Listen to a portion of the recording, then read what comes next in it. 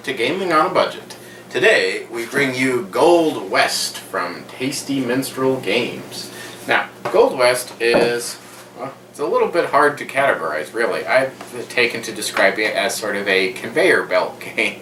As the primary mechanic of the game, the first step you will undertake on each of your turns is activating your happy little supply track here, which will let you choose one of your supply boxes and move those resources up, one per spot being dropped off on the way. Like mandala style.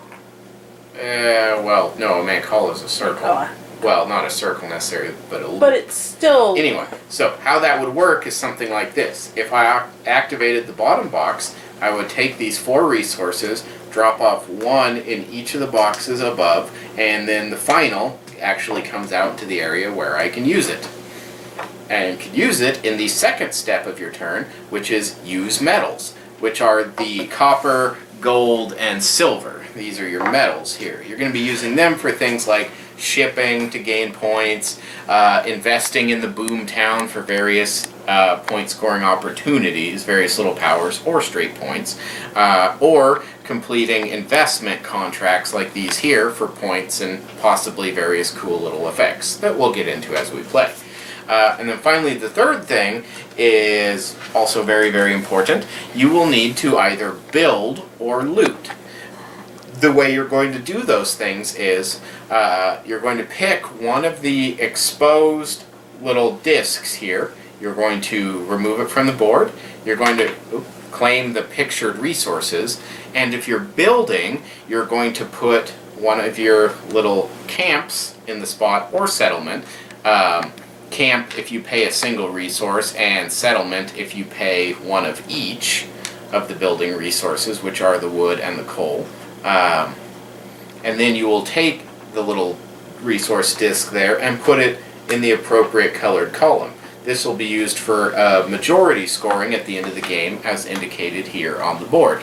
Then we've got in-game scoring for things like 2 points for building in your largest contiguous group, so a bunch of stuff all adjacent, connected essentially. Now if you have to loot, instead of adding this to your board and placing your city or your camp or your settlement on there, you are going to be placing your camp token on the wanted poster, where you will immediately lose a point and potentially lose quite a few points at the end of the game. That's pretty much all you really need to know to get started in this.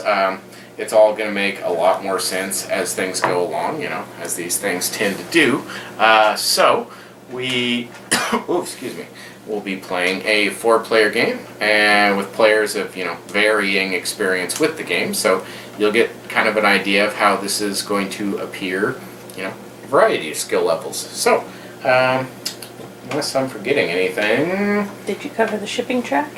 Yeah, well, they'll see it in action. Okay. Basically, when you cross lines, you'll either get points, or if you cross certain lines soon enough, you'll get valuable bonus tokens.